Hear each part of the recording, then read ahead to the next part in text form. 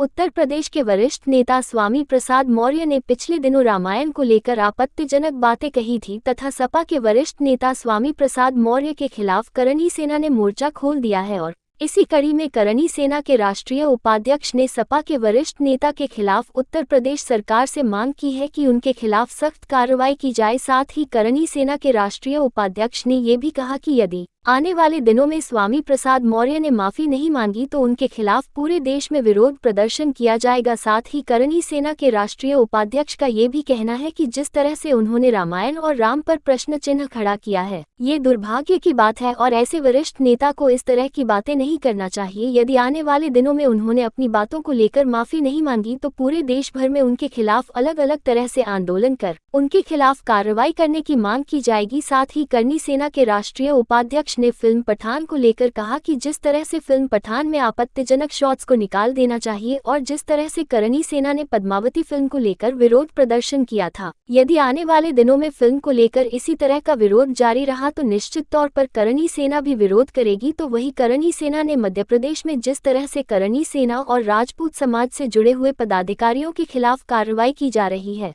उसको लेकर प्रदेश सरकार पर गंभीर आरोप लगाए हैं। साथ ही करणी सेना के राष्ट्रीय उपाध्यक्ष का कहना है कि यदि आने वाले दिनों में भी इस तरह से मध्य प्रदेश के विभिन्न क्षेत्रों में लगातार करणी सेना और राजपूत समाज के लोगों को निशाना बनाकर उनके खिलाफ कार्रवाई की जा रही है वो काफी गलत है और यदि प्रदेश सरकार आने वाले दिनों में भी इसी तरह से करणी सेना और राजपूत समाज के पदाधिकारियों के खिलाफ कार्रवाई जारी रही तो पूरे प्रदेश में एक आंदोलन भी चलाया जाएगा। स्वामी प्रसाद जी मौर्य बिहार से नहीं बल्कि उत्तर प्रदेश के नेता हैं और वो नेता के एक दल बदलू नेता हैं। पहले बीएसपी में हुआ करते थे, फिर बीच में बीजेपी में आए। बीजेपी में आने के बाद आजकल जो समाजवादी पार्टी में अखिलेश यादव के साथ में हैं और जिस प्रकार से दल बदल के वो अपने चरित्र को चर्चात कर रहे हैं, इस प्रकार उन्होंने जो रामचरितमानस भगवान राम पर जो टिप्पणी की है उसके करणी सेना विरोध करती है। बल्कि ऐसे व्यक्ति को तो पार्टी से निष्कासित करने की मांग हमारे अखिलेश यादव से हम लोगों ने की है और मैं माननीय उत्तर प्रदेश के मुख्यमंत्री योगी आदित्यनाथ जी से भी हम लोग करणी सेना की तरफ से ये कहें कि इनके खिलाफ कार्रवाई की जाए। और क्योंकि ये धर्म का मामला है, भगवान राम की जिन्होंने अस्तित्व पर सवाल उठाए हैं ये उनका मामला है। ये इस देश में भगवान राम जो है व्यक्ति के रोम रोम में बसे हुए हैं, उनके अस्तित्व पर सवाल उठाए हैं। जैसे विधर्मी व्यक्ति को न सिर्फ बेइज्जत किया जाना चाहिए बल्कि अगदी अखिलेश यादव को आने वाले समय में अपना अस्तित्व बचाना तो ऐसे व्यक्ति को निकालना चाहिए। नहीं तो करणी सेना 24 घंटे में समय दे रही है योगी आदित्यनाथ जी सरकार को, कार्रवाई करेगी और उनको बताएगी कि करणी सेना भारत है क्या।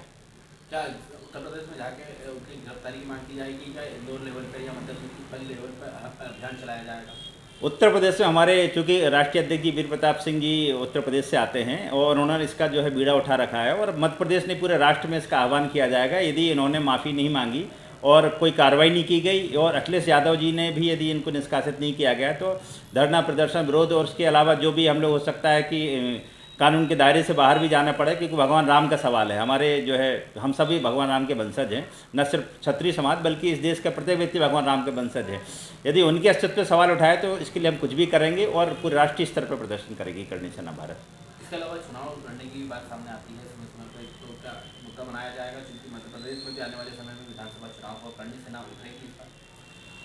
मध्य प्रदेश में तो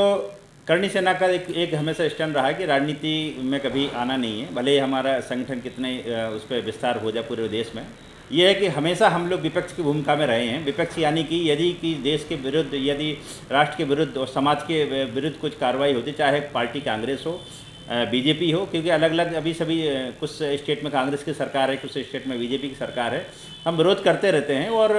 जो भी हमारे खिलाफ होगा हम उनके खिलाफ कार्रवाई करेंगे। जैसे अभी मध्य प्रदेश में मैं आपको बताना चाहता हूँ, अच्छा वो आपने क्वेश्चन कर लिया, कुछ समय से ऐसा महसूस किया जा रहा है कि क्षत्रियों को कहीं ना कहीं सरकार के द्वारा अवॉइड किया जा रहा है। अभी एक उज्जैन की घटना बताना चाहता हूँ, हमारे जो जिला संरक्षक छोटू सिंह भदौरिया, उन पर एक एट्रोसिटी एक्ट का फर्जी मुकदमा लाद दिया गया। तथा कथित कुछ वहाँ पे बीजेपी के नेता हैं, अभी नाम लेना उचित नहीं होगा, उनको हमने समझाइश दी है, उनसे बात की है कि इस प्रकार का